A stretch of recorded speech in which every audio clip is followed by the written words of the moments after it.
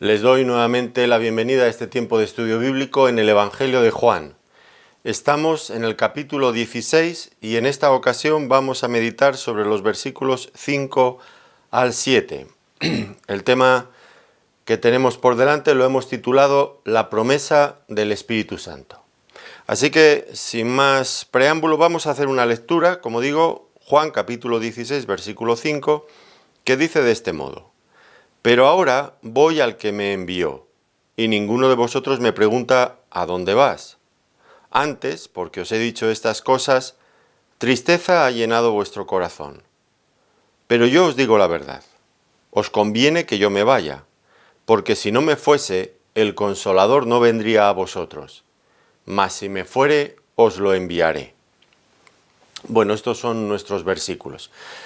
Por tomar un poco el contexto de lo que estamos viendo en estas sesiones, pues recordarán que el Señor Jesucristo está llegando a la consumación de su ministerio. Realmente este capítulo 16 es el final de su ministerio. El capítulo 17, ya recordarán ustedes que trata de una oración de Jesús, una oración de intercesión como sumo sacerdote ante el Padre.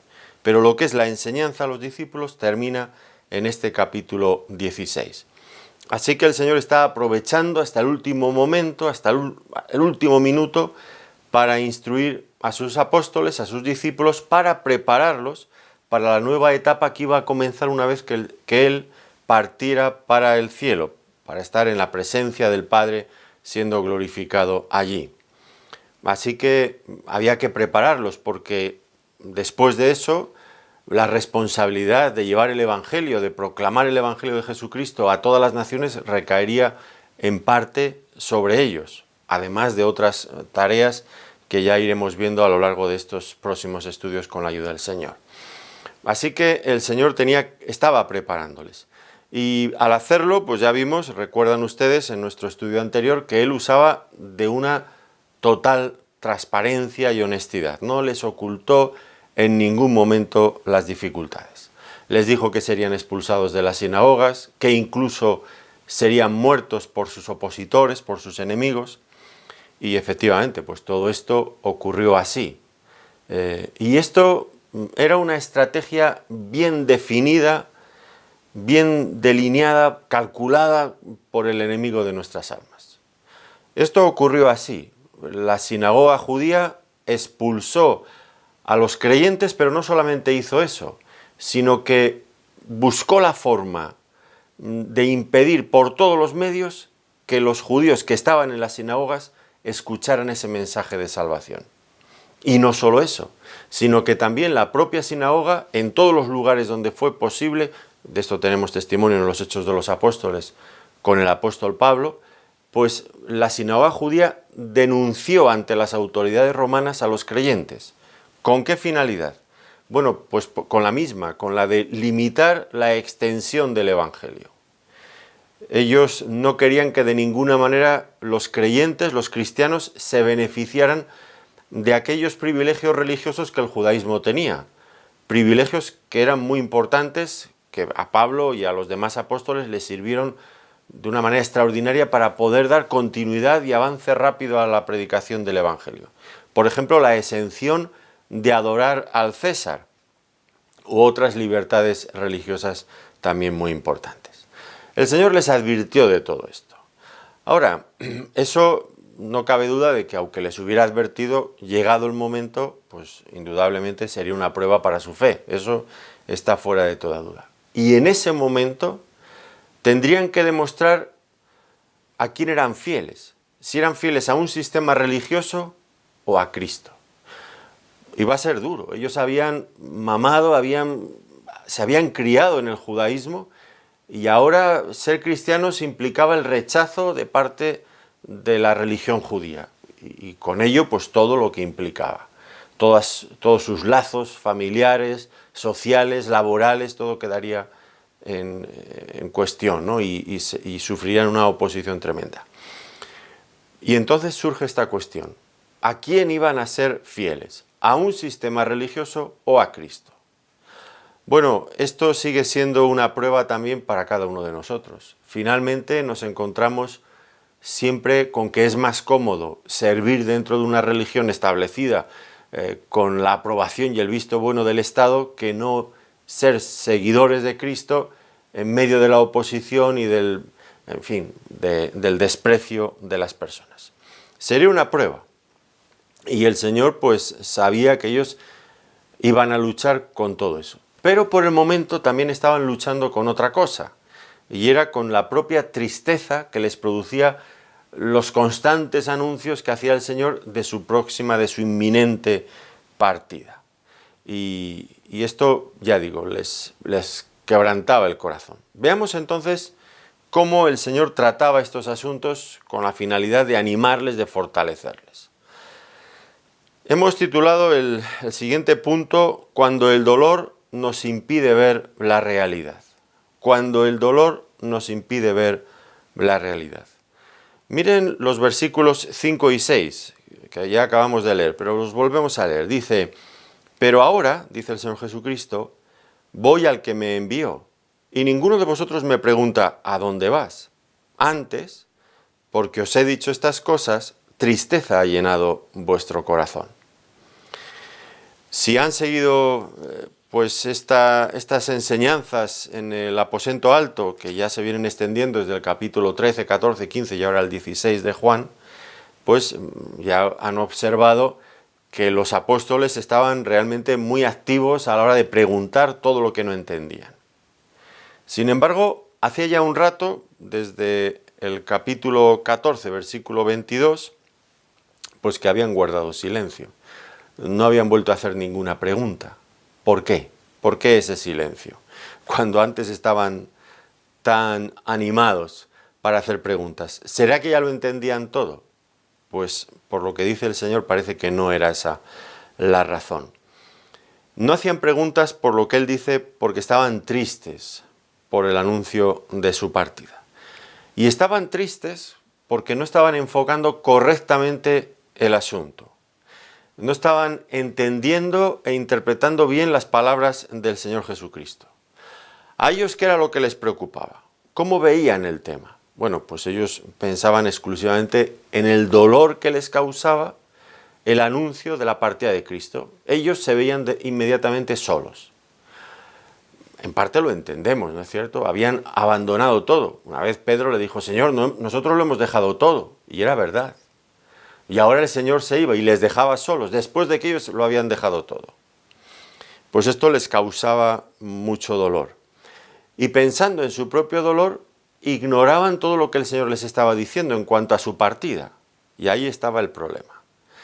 Si hubieran escuchado mínimamente lo que el Señor les estaba diciendo, pues tal vez ellos habrían pensado: bueno, ¿a dónde vas? Bueno, voy al Padre, pero también les había explicado detalladamente que tendría que ser rechazado, muerto por sus enemigos. Habría sido tan normal, ¿verdad?, que los apóstoles, los discípulos del Señor, hubieran sentido algo de empatía frente al sufrimiento que se avecinaba, que ya era inminente en el Señor. Si nosotros tenemos a nuestro lado un familiar, un amigo, un conocido que le han detectado una enfermedad terminal y que le quedan muy poquitos días para morir, o está sufriendo mucho, intentaríamos consolarle de alguna manera, darle ánimos, buscar la solución para aliviar de algún modo su dolor. Pero ellos estaban tan preocupados por su propio dolor, por su propia tristeza, que de ninguna manera pues eran capaces de pensar en el dolor, en la preocupación que invadía ya el alma de nuestro Señor Jesucristo. Y aquí, sin duda, tenemos una lección importante para nosotros en todo tiempo. Y es que es muy fácil vivir centrados en nosotros mismos.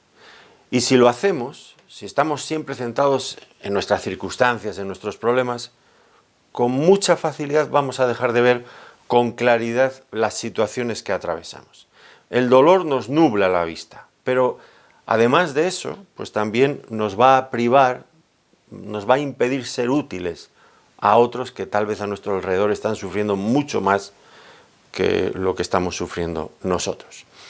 Por lo tanto, en estas circunstancias lo que el Señor está intentando es reconducir los pensamientos de los discípulos. Y la cuestión sería en formular bien la pregunta. Ellos estaban pensando más bien en por qué te vas, y mostrando con ello cierto disgusto. No nos hace ninguna gracia que te vayas. ¿Por qué te vas? Cuando deberían de haber pensado realmente en lo que el Señor les estaba diciendo aquí. ¿A dónde? Ya no preguntáis ¿a dónde vas? Deberían de haberse interesado por eso. ¿A dónde vas? Esa pregunta, que es verdad, ya había hecho el apóstol Pedro, incluso Tomás más o menos deduce la misma cuestión antes. Pero cuando la hacían, no estaban pensando realmente en saber a dónde iba Jesús, sino más bien era una forma de decir que estaban preocupados, que les dolía la partida del Señor. Y como eso no había calado, no lo habían entendido, el Señor vuelve una vez más a este tema. Porque en realidad es muy importante aclarar este asunto. ¿A dónde vas? Ahí estaba la clave de todo. ¿A dónde iba el Señor? ¿En qué condiciones y con qué propósito iba el Señor a dónde iba? Esto era lo que ellos no querían pensar. Y es ahí donde el Señor los va a llevar, porque eso es la clave de todo, absolutamente de todo. ¿A dónde vas? ¿En qué condiciones vas? Dice el Señor, ahora voy al que me envió. Esa es la respuesta. Él mismo la da. Ahora voy al que me envió. Y Él les estaba hablando de un mundo espiritual en el que Él iba a entrar inmediatamente. Y era un mundo, ese mundo espiritual, que no es nuestro mundo físico que podemos ver, palpar, tocar. Ese mundo espiritual por el momento era irreal e incierto para los discípulos. Ellos estaban pensando en ellos mismos y en lo que les rodeaba, en este mundo material. Tan parecidos a nosotros, tantas veces. Y bueno, ya lo veremos a lo largo de estos versículos que vienen a continuación, no hoy, sino otro día con la ayuda del Señor. Veremos que conectar con ese mundo espiritual es la clave, ahí está la clave para nuestra victoria en la vida espiritual. Ahora, si eso no fuera suficiente, pues tenían otro problema más, y es que su teología les impedía entender lo que el Señor les estaba diciendo. Suena extraño, ¿verdad? Su teología les impedía entender lo que el Señor estaba diciéndoles. Oiga, pero la teología no sirve para entender mejor las cosas de Dios. Bueno, no siempre. Muchas veces no. Hay muchos principios y muchas formas de teología que son erróneas y que nos impiden entender correctamente lo que Dios nos quiere explicar. ¿Cuál era el caso con los judíos, con los discípulos aquí? Bueno, pues ellos, todo el pueblo judío en general, estaban pensando en una idea, en un reino totalmente material, aquí y ahora. Así era para ellos el reino mesiánico. Los enemigos de Dios doblegados y ellos reinando juntamente con Cristo.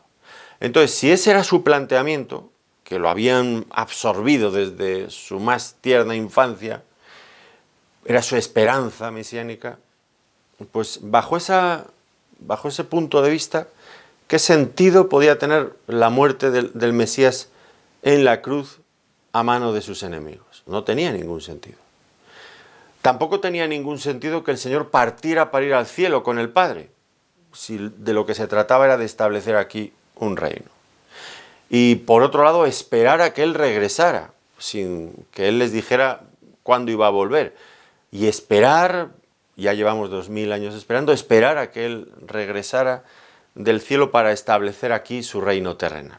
¿Qué sentido tenía todo esto? Bueno, en realidad todos estos detalles que estoy mencionando, ahora no tengo el tiempo, pero formaban parte de lo que ya había sido anunciado por los profetas del Antiguo Testamento. Pero ellos no querían ver esa parte que no les agradaba, como hacemos nosotros tantas veces, porque somos muy selectivos en lo que queremos entender y aprender y saber. Ellos ignoraban, es como si no estuviera en la Biblia esa otra parte de los sufrimientos del Mesías, que el Mesías habría de morir, que el Mesías habría de ascender al cielo después de eso, que allí se sentaría en su trono esperando a que sus enemigos fueran puestos por estrado de sus pies. Bueno, había muchas cosas. Es verdad que también había muchas promesas, pero muchísimas en cuanto a ese reino terrenal del Mesías cuando Él lo establezca en esta tierra. Y ellos, en lo único que pensaban era precisamente en esa etapa final.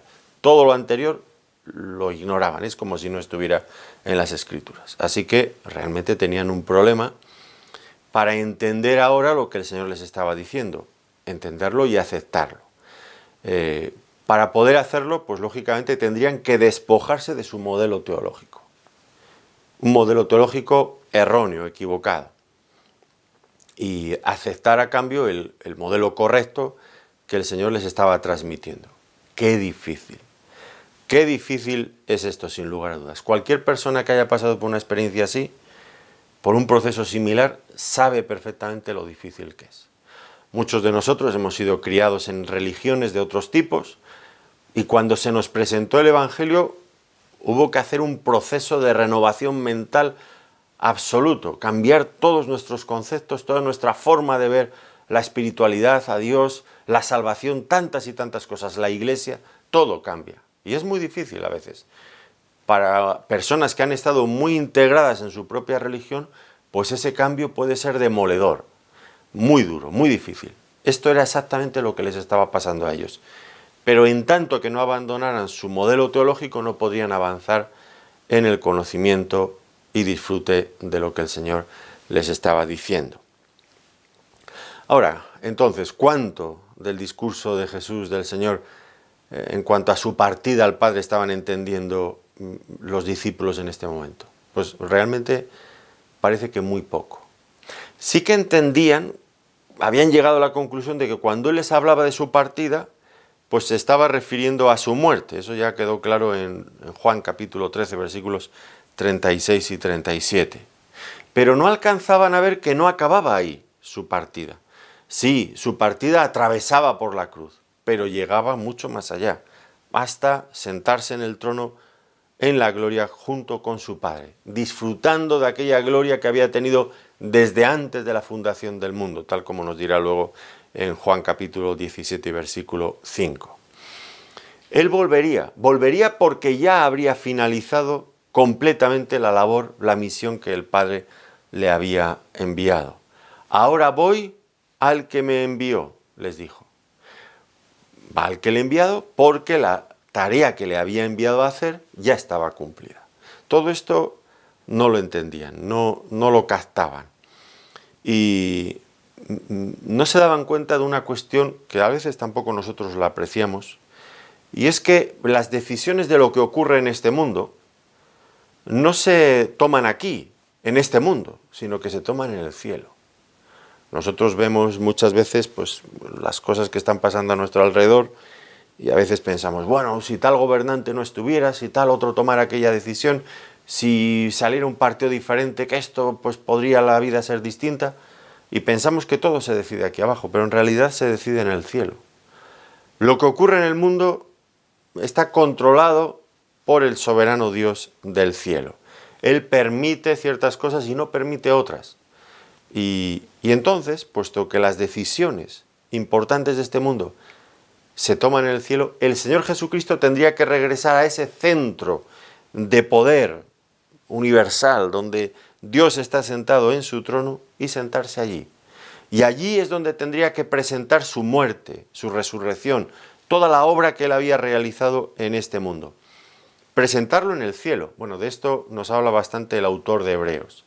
Habiendo acabado la obra aquí, pues traspasó los cielos, se sentó a la diestra y allí ha sido coronado de gloria y de honra, allí se ha sentado como nuestro sumo sacerdote, allí hace valer todos los efectos que tiene la muerte y su resurrección, esos efectos beneficiosos, salvíficos para nosotros. Es allí, en el cielo, junto con su Padre.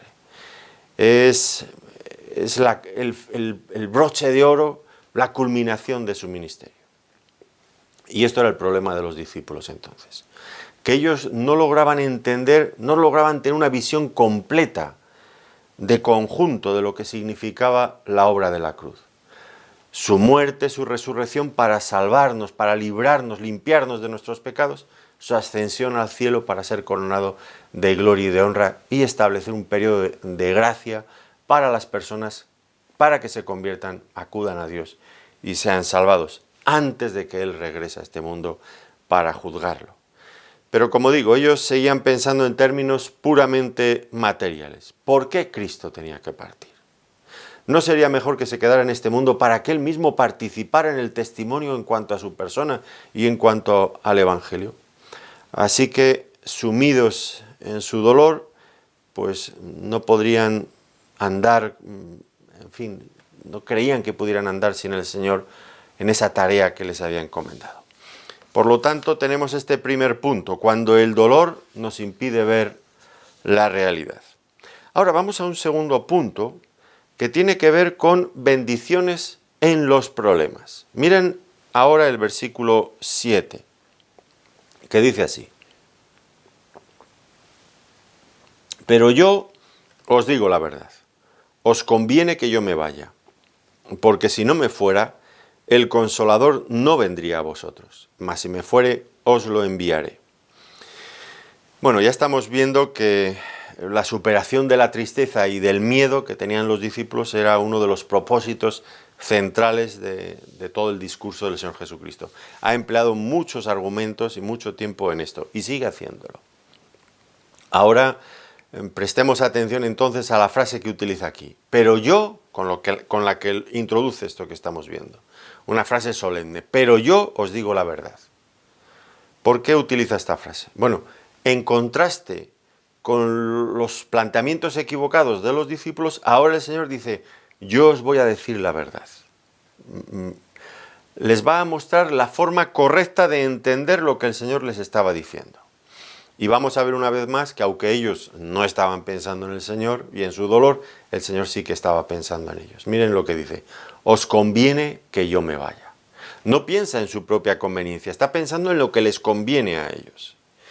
¿Y por qué les dijo que les convenía a ellos que se fuera? Bueno, hay varias cuestiones entonces aquí que tenemos que analizar con calma. La primera cuestión tiene que ver con la razón por la que Jesús debía irse. Y en este sentido, bueno, la partida del Señor para ir junto con su Padre implicaba la finalización de la obra de la salvación que Él había venido a realizar. Por lo tanto, su partida no cabe duda de que era beneficiosa para ellos. Si Él completaba su obra de salvación, ellos, nosotros también, podemos ser salvos. Así que, para poder recibir esa bendición, Él tenía que ir y completar esa obra. Ahora, si después de acabar su obra no regresaba al Padre, pues que parece que era lo que pretendían los discípulos, quédate aquí, pues nada habría cambiado realmente, todo seguiría igual. Los judíos seguirían bajo el peso de la ley, sin poder encontrar forma de salvarse. Los paganos seguirían con su ignorancia, con su ceguera. El mundo entero pues seguiría bajo el pecado y bajo la muerte, sin esperanza. Por lo tanto, la venida de Cristo no les habría servido de nada. Era necesario que Él ascendiera al cielo, fuera con el Padre. Es verdad, ellos se sentían muy cómodos con la presencia física del Señor a su lado y querían seguir así, de la misma manera. No pensaban, no se podían plantear seguir adelante sin el Señor a su lado, la presencia física del Señor. Necesitaban sentirle de manera física. Bueno, esto es una fe, sin lugar a dudas, muy infantil todavía, muy tierna. Tiene que madurar, tiene que madurar. Ellos exigiendo, tienes que estar a nuestro lado. Y si no lo estuviera, nada que pasara cualquier cosita, ya se estarían lamentando como, ¿se acuerdan? Las hermanas de Lázaro. Señor, si tú hubieras estado aquí, no habría pasado esto. Ellos necesitaban la cercanía inmediata del Señor. Les gustaba, era esa zona de confort en la que ellos se encontraban muy cómodos. Como cuando el Señor se apareció en el monte de la Transfiguración con Moisés y Elías. Señor, Maestro, bueno es para nosotros que estemos aquí. Aquí se está de maravilla. Hagamos aquí 3 enramadas. Olvidémonos del resto del mundo. Nosotros aquí contigo. Y además con Moisés y Elías estamos perfectamente. No pensemos en nada más. Perpetuemos este estado. Y el Señor dice, no hay que bajar otra vez al valle donde nos aguardan, y eso era cierto con total literalidad, donde nos aguardan los problemas. Hay que regresar. Por lo tanto, pues ellos eran infantiles en cuanto a su fe en este sentido. Son como esos niños que que si notan que la madre se aleja un poco, ya se ponen nerviosos y empiezan a llamarla desesperadamente. Si no la ven, si no está al alcance de su vista, ya empiezan a temer. Y estos estaban igual. Ellos tendrían que madurar, tendrían que pasar de esa etapa a una etapa de más madurez. Pero mientras tanto se estaban resistiendo a salir de su zona de confort. Así que si el Señor les quería llevar a mayores bendiciones, pues tendría que de alguna forma remover ese estado y hacerles salir de él.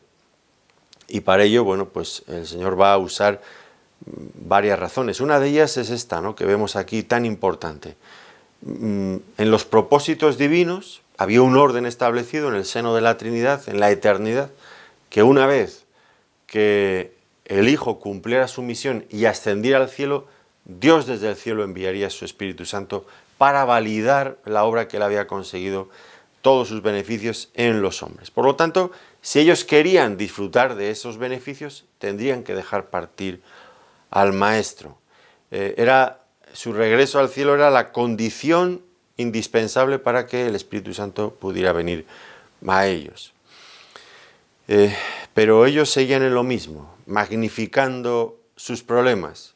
Y de esa manera, mirando y haciendo cada vez más grandes, hablando una y otra vez de sus propios problemas, eso al menos es lo que hacemos tantas veces nosotros, pues estaban impidiendo que las bendiciones de Dios llegaran a ellos. Se aferraban tanto al Señor que no permitían que viniera sobre ellos el Espíritu Santo, no lo dejaban partir. Y así que pues estaban atascados. Veían su muerte, pero no veían su ascensión, no veían tampoco su resurrección, no veían su exaltación. Todo eso les privaba de considerar la obra del Señor en su conjunto. Y les privaba también de esa esperanza en la promesa que el Señor les había dicho, la promesa del Espíritu Santo. Todo ello quedaba como a un lado, impedido precisamente por causa pues, de esta actitud que ellos estaban manteniendo. Tenemos que aprender un hecho importantísimo en la palabra de Dios, que una y otra vez aparece, y es que gracias a la providencia de Dios, los creyentes siempre podemos tomar las pérdidas como ganancias. Repito, gracias a la providencia de Dios, los creyentes podemos tomar las pérdidas como ganancia. ¿Recuerdan lo que el Señor Jesucristo dijo? El que pierda su vida por causa de mí y del Evangelio, la salvará. El que pierda su vida por causa de mí, la salvará. La pérdida es una bendición, resulta siempre en una bendición. Y lo mismo podemos aplicar pues, a cualquier circunstancia de nuestra vida. Pueden ser decepciones en las relaciones personales, enfermedades, reveses financieros, puede ser la persecución, sea lo que sea. Como dijo el apóstol Pablo, sabemos que a los que aman a Dios, todas las cosas les ayudan a bien. Lo pueden encontrar, como ya saben, en Romanos capítulo 8, versículo 28. Por lo tanto, ¿por qué el Señor tenía que irse? Porque había algo mejor. Daría paso a que pudieran disfrutar plenamente de la salvación que Él había conseguido y con ello la presencia también del Espíritu Santo en su vida. Ahora, hay una segunda cuestión que nos debemos de plantear y es la siguiente. ¿Por qué el Espíritu Santo no vendría hasta que Cristo fuera glorificado? ¿Por qué no vendría el Espíritu Santo hasta que Cristo fuera glorificado? ¿Es que tal vez haya alguna imposibilidad de algún tipo que impida que el Hijo y el Espíritu Santo estén simultáneamente en este mundo a la vez? Bueno, pues entiendo que no hay ninguna razón metafísica que lo impida, que impida que el Hijo y el Espíritu Santo estén a la vez en este mundo. De hecho, si lo recuerdan ustedes, cuando el Señor resucitó en Juan capítulo 20 y versículo 22, de una manera todavía temporal y parcial, pues el Señor Jesucristo les dijo a los discípulos, dice ahí el evangelista, sopló y les dijo, recibid el Espíritu Santo. Juan capítulo 20, versículo 22. Es verdad, fue una bendición temporal y parcial, pero nos sirve para probar el hecho de que el Espíritu Santo, por algún tiempo al menos, estuvo, pocos días, pero estuvo simultáneamente al mismo tiempo que el Señor Jesucristo todavía estaba con ellos, apareciéndoseles una y otra vez. Por lo tanto, pues no hay en principio, ninguna incompatibilidad, entiendo yo. Ahora, ¿por qué entonces? ¿Por qué el Señor tenía que ascender antes de que el Espíritu Santo descendiera? La primera razón, hay varias, pero la primera creo que tiene que ver con el hecho de que el Espíritu Santo no puede morar en personas pecadoras y sucias como somos nosotros. Primero el pecado tiene que ser limpiado para que el Santo Espíritu de Dios pueda habitar en hombres pecadores. ¿Y cómo limpiar a esos hombres pecadores? Solamente por medio de la obra de Cristo, cuando Él hubiera muerto por nuestros pecados y hubiera resucitado para nuestra justificación y llegar al cielo para interceder por nosotros en el mismo trono de Dios, a hacer valer su obra allí mismo. Por lo tanto, el Espíritu Santo vendría una vez que la obra de salvación, de limpieza, hubiera sido completada. Por otro lado, la misión del Espíritu Santo es la de completar, la de darnos, la de hacernos, la de aplicar en nosotros todos los beneficios que Cristo había conseguido. Por lo tanto, si ha de aplicar esos beneficios de la obra de la cruz previamente debería de haber finalizado. ¿Y cuándo finalizaba? Bueno, inició cuando fue enviado por el Padre, termina cuando el Padre recibe nuevamente al Hijo después de haber hecho todo lo que el Hijo se le había encargado. Por lo tanto, el Espíritu Santo pues no podría venir a obrar en los hombres esa labor importantísima que es fundamental en el Espíritu Santo hasta que Él hubiera terminado.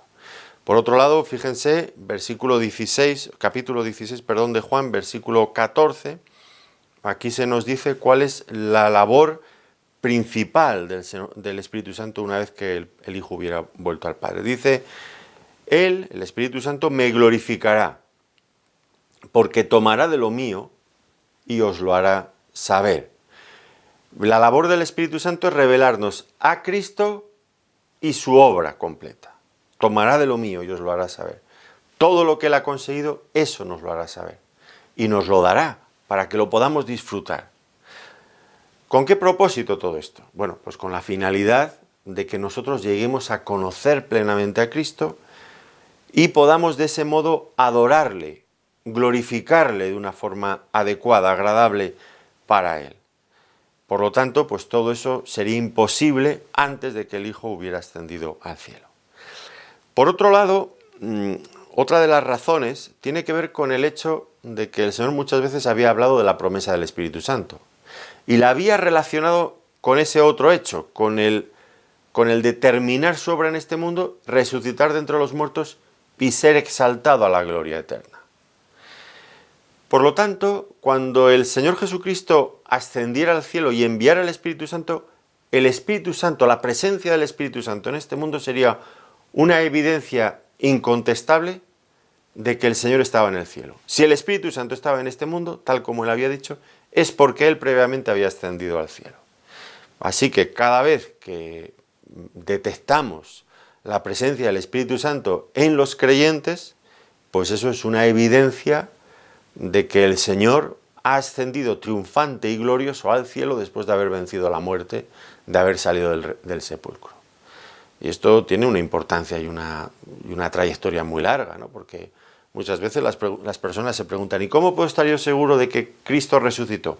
Bueno, porque ha enviado su Espíritu Santo, porque si no hubiera resucitado, no habría ascendido al cielo y desde allí no nos habría enviado el Espíritu Santo. ¿Cómo puedo saber yo que la obra del Señor de mi salvación ha sido completada y es válida? Porque Él ascendió al cielo y yo tengo ahora el Espíritu Santo. O sea, todo es un ciclo que si se completa es porque todas las partes se han cumplido también totalmente. Así que ahí tenemos esos hechos tan maravillosos y por otro lado tan consoladores que afianzan nuestra fe y nuestra seguridad en la obra de Cristo. También debemos decir que la venida del Espíritu Santo a este mundo, una vez que Él ascendiera, marcaría un hito, un punto de inflexión importantísimo en los planes de Dios en relación a la salvación de este mundo y el establecimiento de su reino. ¿Por qué digo esto? Bueno, porque hay infinidad de promesas en el Antiguo Testamento, promesas, profecías bíblicas, que pues enfatizan el hecho de que el Espíritu Santo sería una de las características fundamentales del reino de Dios en los últimos tiempos. Miren, por ejemplo, lo que dice Isaías. Dice que el Espíritu Santo, dice, que en aquel día sería derramado el Espíritu de lo alto, dice Isaías capítulo 32, versículo 15. En otra ocasión promete Dios: yo derramaré aguas sobre el sequedal y ríos sobre la tierra árida. Mi espíritu derramaré sobre su generación y mi bendición sobre tus renuevos. Isaías 44, 3. Ezequiel utiliza términos muy similares. Y sabrán que yo soy Jehová su Dios, porque habré derramado de mi espíritu sobre la casa de Israel. Ezequiel capítulo 39, versículos 28 y 29. Pero hay otros más, por ejemplo, Ezequiel capítulo 11, versículos 17 al 20, Ezequiel 36, versículos 24 al 27, Ezequiel 37, del 1 al 14, Joel capítulo 2, versículo 28 al 32, una cita que en un momento vamos a considerar un poco más en detalle. Eso estaba lleno. En el Antiguo Testamento había muchas referencias al Espíritu Santo como protagonista principal de ese reino mesiánico en los últimos tiempos. Pero si esto no fuera suficiente, tenemos al último de los profetas del antiguo orden, a Juan el Bautista, que él asoció directamente el derramamiento del Espíritu Santo anunciado por los profetas con el mismo Mesías, con el Señor Jesucristo. Miren lo que él decía, esto ya lo recordarán ustedes seguro. Yo a la verdad, decía Juan el Bautista, os he bautizado con agua, pero él, refiriéndose a Cristo, él os bautizará con Espíritu Santo. Marcos capítulo 1, versículo 8. El Espíritu Santo dado por el Mesías. Y aquí otra vez vuelve a incidir en lo mismo. Yo me iré y os enviaré el Espíritu Santo. Una característica fundamental de los últimos tiempos. Una bendición distintiva de la nueva era. Bueno, tanto es así que Pablo, cuando habla de esta nueva era instaurada por el Señor Jesucristo y por el Espíritu Santo, habla del ministerio del Espíritu, dice en 2 Corintios 3:8. El Espíritu Santo es central en el nuevo orden. Y ha habido un cambio. Ahora, no queremos decir con esto que el Espíritu Santo no haya tenido actividad previa en este mundo. Por supuesto que sí. Por supuesto que sí. Pero iba a ser muy diferente en el nuevo orden. En este nuevo orden en el que estamos ahora. Porque el Mesías concedería un generoso derramamiento del Espíritu Santo sobre todas las criaturas. Nuevo, distintivo, puesto a la disposición de todos. Volvamos nuevamente a esa cita que he mencionado antes, pero que no hemos leído, en Joel, capítulo 2, versículos 28 al 32. Esa cita es usada por el apóstol Pedro en la primera predicación de la era cristiana, en Hechos de los Apóstoles, capítulo 2, versículos 16 al 21. Era una profecía, una más de estas otras que he mencionado. Vamos a leerla, dice así. Joel capítulo 2, versículo 28. Y después de esto, derramaré mi espíritu sobre toda carne, y profetizarán vuestros hijos y vuestras hijas. Vuestros ancianos soñarán sueños, y vuestros jóvenes verán visiones. Y también sobre los siervos y sobre las siervas derramaré mi espíritu en aquellos días. Y daré prodigios en el cielo y en la tierra, sangre y fuego y columnas de humo. El sol se convertirá en tinieblas y la luna en sangre antes que venga el día grande y espantoso de Jehová. Y todo aquel que invocar el nombre del Señor será salvo, porque en el monte de Sión y en Jerusalén habrá salvación, como ha dicho Jehová, y entre el remanente al cual él habrá llamado. Bueno, aquí está hablando del día del Señor, ese día en el que él ya establecerá de forma visible, patente, su reino en este mundo. El día del Señor, que es un término bien conocido en el Antiguo Testamento, que entra en conflicto, es la antítesis del día del hombre. Ahora mismo vivimos en el día del hombre, donde el hombre hace y deshace lo que quiere, siempre, por supuesto, bajo el permiso de Dios. Pero es el día del hombre, hacen lo que quieren, no piensan en Dios. Pero el día del Señor es cuando cambian todas las cosas y donde Dios establece su reino de manera visible y empiezan a funcionar todos sus principios de una forma maravillosa. Ahora este mundo está alejado de los principios de Dios y viven bajo otros principios, los del hombre. Entonces ese día del Señor, tan mencionado en el Antiguo Testamento y también en el Nuevo, pues sería caracterizado precisamente por eso, por tres detalles importantísimos que Joel y el apóstol Pedro nos cuentan en estos pasajes. ¿Cuáles serían estos tres sucesos que habrían de ocurrir? Sucesos que es difícil de imaginar que sucedieran al mismo tiempo, también lo digo de antemano. Y no se nos explica cuánto tiempo habría de transcurrir entre una cosa y otra. ¿Cuáles son esos tres sucesos? Primero de ellos, en este orden además, el derramamiento sin precedentes del Espíritu Santo. Un derramamiento generoso a toda criatura de cualquier orden, da lo mismo, lo acabamos de leer. Segunda cuestión, una alteración sobrenatural de los procesos terrenales. Una alteración sobrenatural de los procesos terrenales. Lo acabamos de leer, cataclismos espantosos, tanto cósmicos como terrestres. Terrible. Y por último, lo hemos leído también, la promesa de salvación para cualquiera que invoque el nombre del Señor. Por lo tanto, el derramamiento del Espíritu Santo, cataclismos y una oferta generosa de parte del Señor de salvación a todo aquel que crea.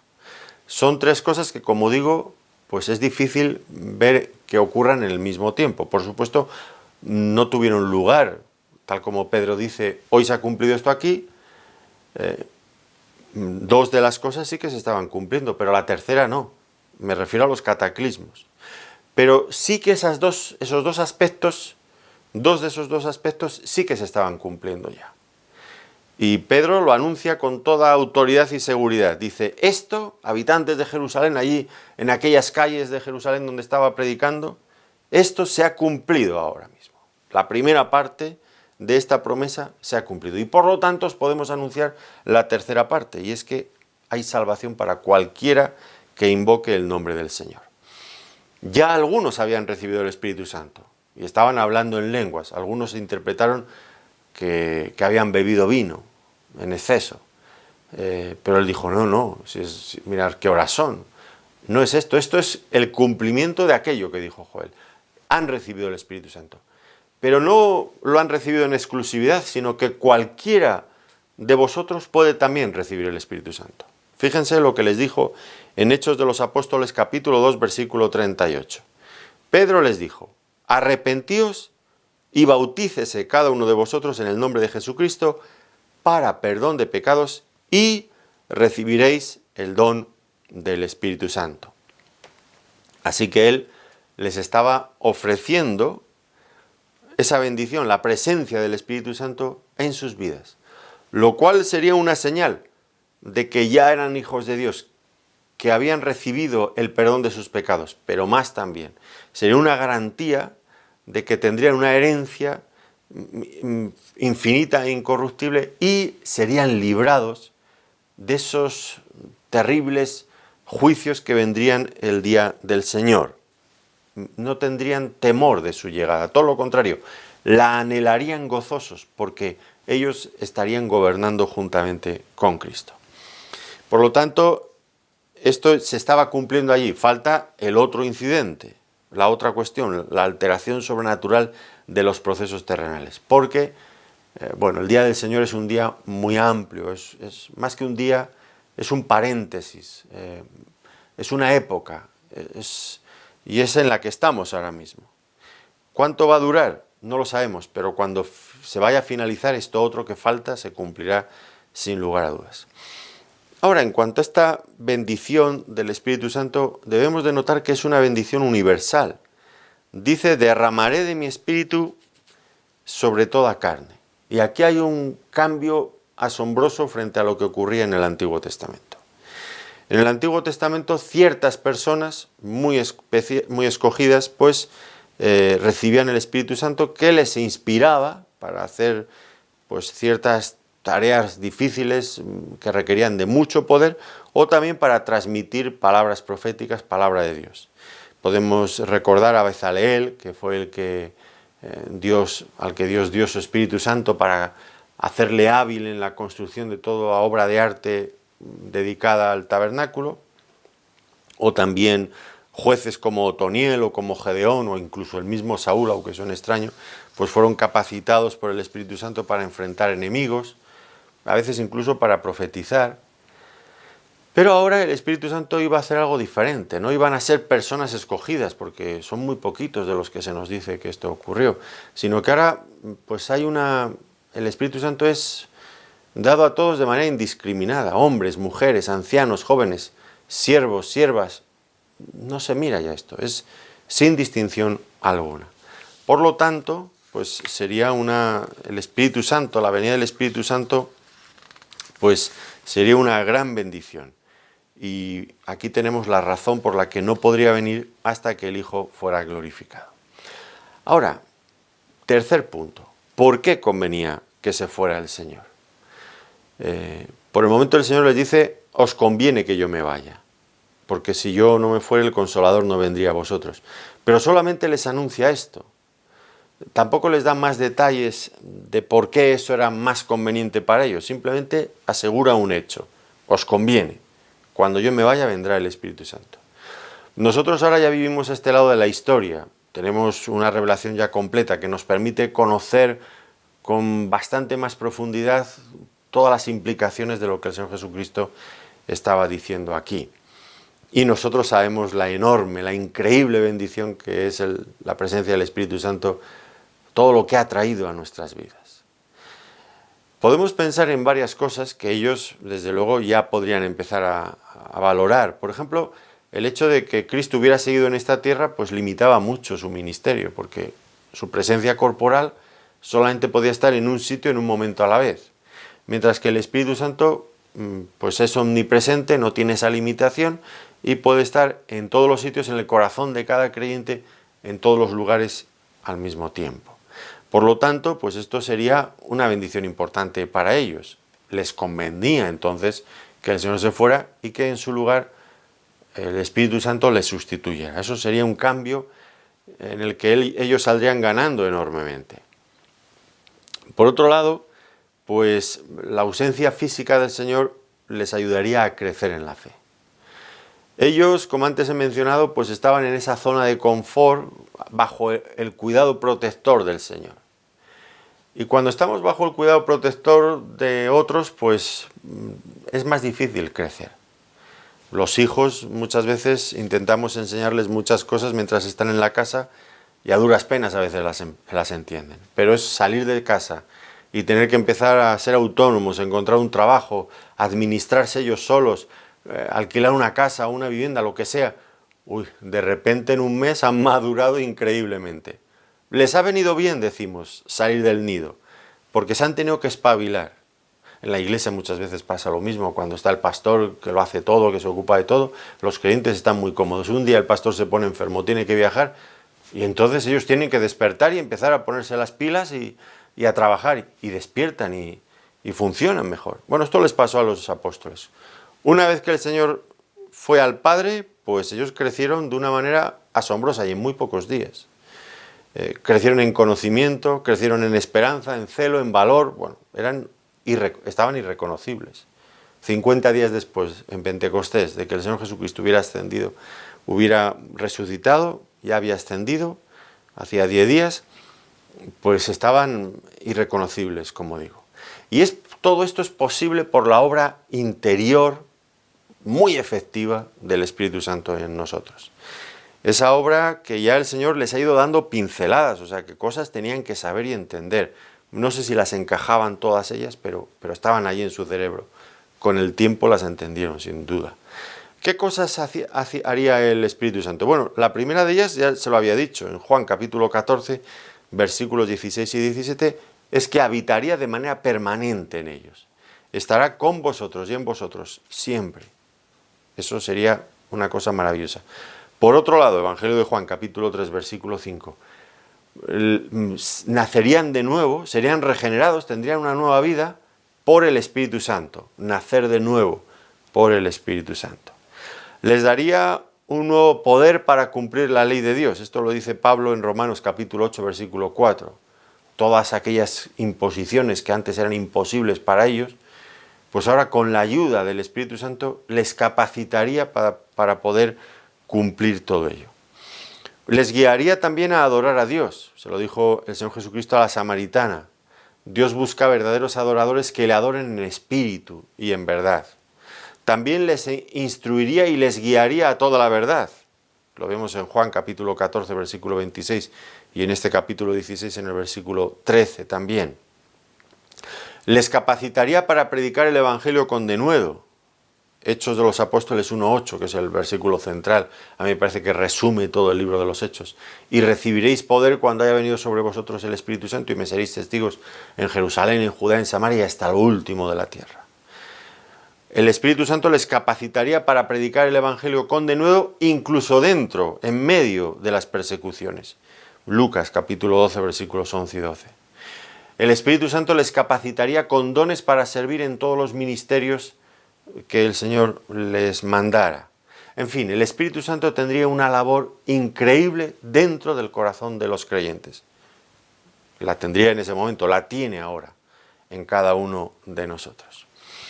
La presencia del Espíritu Santo lo iba a cambiar todo, absolutamente todo. Veamos, por ejemplo, pensemos un momento en el apóstol Pedro. Después del arresto de Jesús, de su muerte, él se sentía avergonzado. Le había negado 3 veces. Estaba demolido, era desalentado y, por otro lado, lleno de temor, junto con los otros 11, junto con los otros apóstoles, lleno de miedo, encerrados en aquel aposento a cal y cantos, en fin, por miedo a los judíos. Y ahora, unas semanas después, hemos mencionado Hechos de los Apóstoles capítulo 2, 50 días después de que el Señor muriera en la cruz, pues Él se coloca delante de todas aquellas personas, una multitud inmensa, se convirtieron 3.000, o sea que la multitud sería más grande sin duda, y les habla sin temor, sin miedo, cuando antes estaban asustados, les hablan con valentía, con autoridad, cuando antes se sentían desalentados y en fin, después de haber negado al Señor, sin ningún tipo de autoridad ni de ánimo siquiera. Y ahora tienen autoridad, tienen poder, tienen denuedo. Les convocan en el Sanedrín, en el mismo sitio donde Jesús había sido juzgado y condenado a muerte. Y ellos hablan con una valentía que dejan boquiabiertos a aquellos que les estaban juzgando. ¿Qué había pasado con aquellos hombres? Bueno, era evidente que había ocurrido una transformación en ellos asombrosa. ¿A qué era debida? Pues era debida no a otra cosa, sino que habían recibido la promesa del Espíritu Santo. Y el Espíritu Santo les había transformado completamente. Así que cuando ahora estudiamos estos temas, que hoy hemos dado en titular la promesa del Espíritu Santo, lo que para ellos era una promesa que todavía tenía que ser cumplida cuando el Señor dijo esto por primera vez, para nosotros ya es una promesa cumplida. Podemos disfrutar, debemos de hacer girar nuestra vida en torno a la presencia del Espíritu Santo dentro de nosotros. Ignorar el Espíritu Santo dentro de nosotros sería la peor tragedia que nos podría ocurrir como creyentes. Toda la vida de Dios, todos los efectos de la salvación de Cristo nos son aplicados por medio del Espíritu Santo. En Él está nuestra vida. Él es el sustituto, aquel que ha venido a ocupar el lugar de Cristo en nuestras vidas. Claro que lo necesitamos. Tal vez no siempre le damos la importancia que tiene. Y tampoco quizás no siempre agradecemos a Dios esta bendición tan grande. Seguramente una de las bendiciones más grandes, más increíbles que hemos recibido de parte de Dios. Pensemos en ello. Reflexionemos sobre estos hechos y agradezcámosle de verdad a nuestro Dios por esta enorme bendición. Bueno, lo dejamos aquí, tenemos por delante bastantes temas y por cierto muy importantes en este capítulo, los iremos abordando con la ayuda del Señor poco a poco, pero por el momento les agradezco que nos hayan querido acompañar en este tiempo de estudio bíblico. Que el Señor les bendiga muy ricamente. Gracias por su compañía.